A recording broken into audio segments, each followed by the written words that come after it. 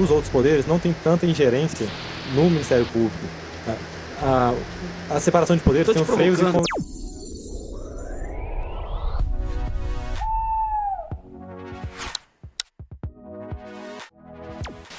Alô, jurista! Bem-vindo ao melhor canal de conteúdo jurídico do YouTube. Aqui você aprende entendendo e não decorando. Neste vídeo vamos analisar a prova oral do candidato Rodrigo Machado para o cargo de promotor de justiça do Distrito Federal e Territórios. Ele ficou em 9º lugar na classificação geral, mas teve a 3ª maior nota na prova oral. E, hoje, com certeza, é um excelente promotor de justiça e ajuda a sociedade com a prestação de seus serviços. A matéria é Direito Constitucional e a pergunta foi sobre a natureza constitucional do Ministério Público e, então, se desdobrou perguntando por qual motivo o Ministério Público não pode ser considerado um quarto poder. A qual poder se enquadra o poder de controle? Por fim, por que o poder judiciário é um poder? Agora fique com as respostas do candidato e, ao final, farei minhas considerações respondendo as perguntas baseadas na lei, doutrina e jurisprudência. Qual, na sua avaliação e, evidentemente, da doutrina e da jurisprudência, qual é a natureza constitucional do Ministério Público, levando em conta a separação de poderes existentes? Entendo tratar-se de um órgão extrapoderes de extração constitucional, atualmente desvinculado do Poder Judiciário, do Poder Executivo e do Poder Legislativo. Muito embora em outros momentos já esteve vinculado a estes poderes, como da época do policialismo judicial, havia uma certa confusão entre as atuações do Ministério Público e do Judiciário, já esteve vinculado ao Poder Executivo quando procurador da Coroa, mas atualmente ele é um órgão à parte. A doutrina minoritária falando que seria um quarto poder, mas é minoritária e não prevalece. Por que não seria um quarto poder? Me dá argumentos. Do ponto de vista da leitura constitucional, evidentemente. Entendo que a interpretação constitucional, tendo por base a unidade da Constituição, não seria adequado criar essa interpretação, estaria extrapolando os limites traçados pelo Constituinte originário, pela separação de poderes estabelecida pelo Constituinte originário. Muito embora a atividade interpretativa seja criativa, importe na inovação, algumas vezes, até do ordenamento jurídico, dependendo da situação, entendê-lo como um quarto poder, estaria alterando a previsão constitucional da atual separação de poderes. Então, a função de controle, se você tivesse que classificar em uma das 3 funções clássicas, executiva, legislativa e judicial, onde se enquadraria?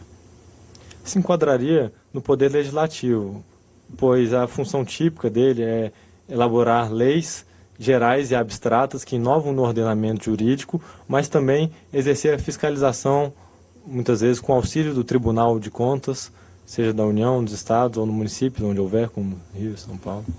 A função de controle no Judiciário seria atípica?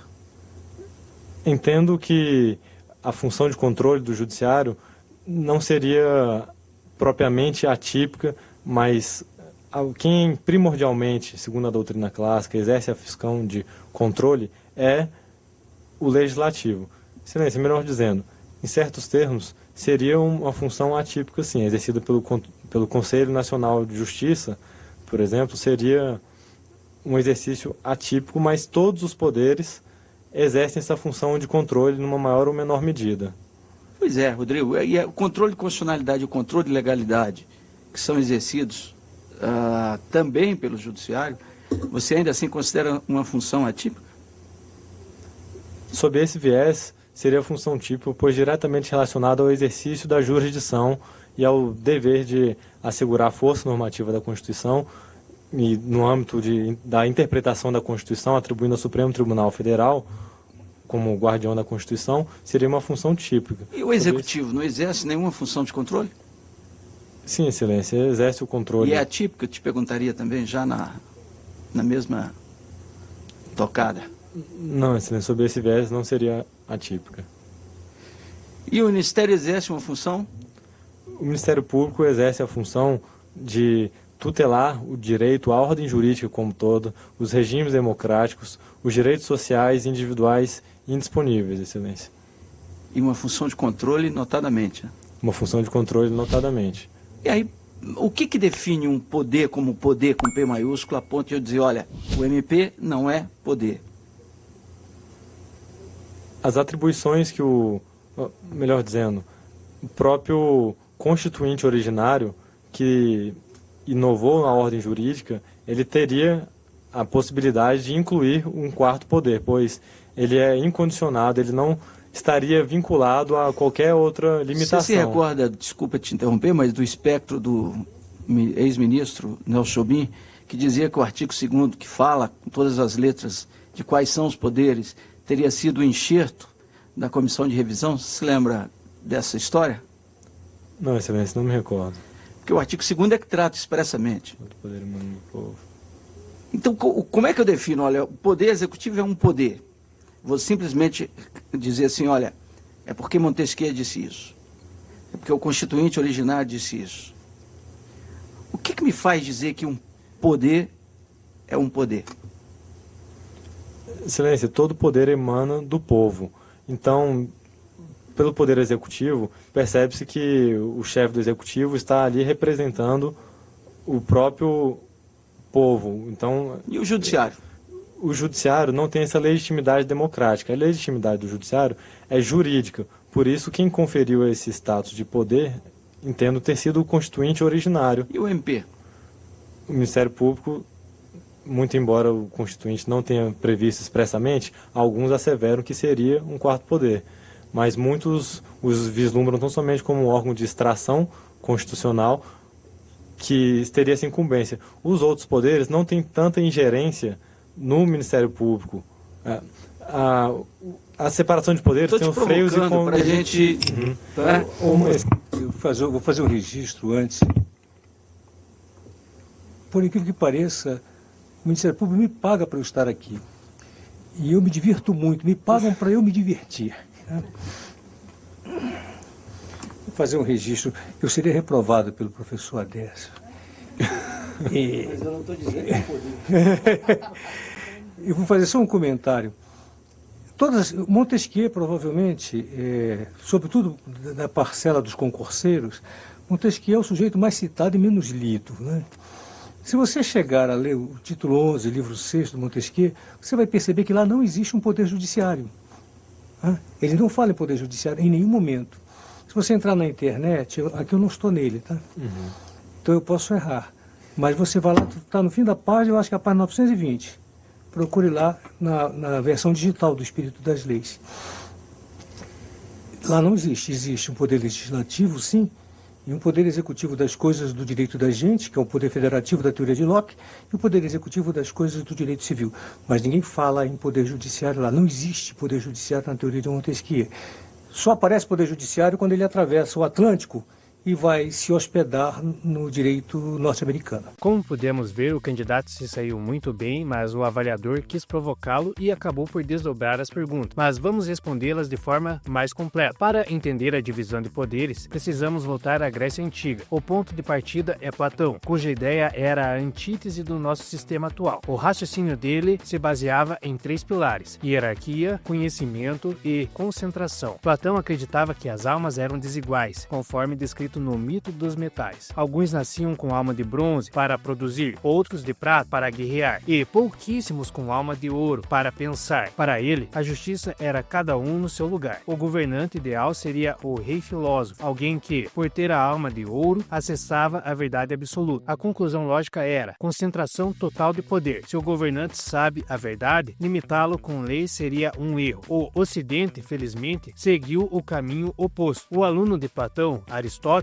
fez o primeiro diagnóstico da anatomia do Estado. Ele percebeu que todo governo exerce 3 funções naturais: deliberar, criar regras, executar, administrar e julgar. Mas ele apenas descreveu isso. O freio ao poder só começou na Idade Média, com a ideia de que o governante não é a lei. Tomás de Aquino dizia que o rei estava abaixo da lei de Deus. E a Magna Carta de 1215 forçou o rei a aceitar que seu poder era limitado e pactuado. Já no Iluminismo, montamos a engenharia final. John Locke definiu o propósito. O governo só existe para proteger a vida, a liberdade e a propriedade. E Montesquieu deu a estrutura. O poder deve frear o poder. Aqui entra um detalhe fundamental que muitos esquecem. Montesquieu não considerava o judiciário um poder de verdade. Para ele, o judiciário era um poder nulo, de certo modo inexistente ou inválida e invisível, porque na visão dele, os juízes não deveriam ser profissionais permanentes, mas cidadãos comuns sorteados como num júri, que aplicavam a lei e iam para casa logo depois. O juiz deveria ser apenas a boca que pronuncia as palavras da lei, conhecido também como bouche de la loi, um ser inanimado sem vontade própria. Quem promoveu o judiciário a um poder político forte e coigual foram os federalistas americanos, como Madison, que criaram o controle de constitucionalidade para proteger a Constituição. O Brasil adotou essa tripartição no artigo 2º da Constituição de 1988. Quanto à história polêmica do enxerto desse artigo, é real. O ex-ministro Nelson Jobim, que foi constituinte, revelou que o artigo 2º foi um enxerto. Durante a Assembleia Constituinte, após todas as votações, a comissão de redação percebeu que o texto final não tinha uma cláusula clara, declarando a separação dos poderes. E, como não podiam voltar ao plenário para votar tudo de novo, eles, por acordo de lideranças, inseriram o artigo diretamente no texto final. Isso não tira a legitimidade do judiciário, que teve seus capítulos votados, mas é uma curiosidade histórica fascinante sobre como nossa cláusula pétrea nasceu.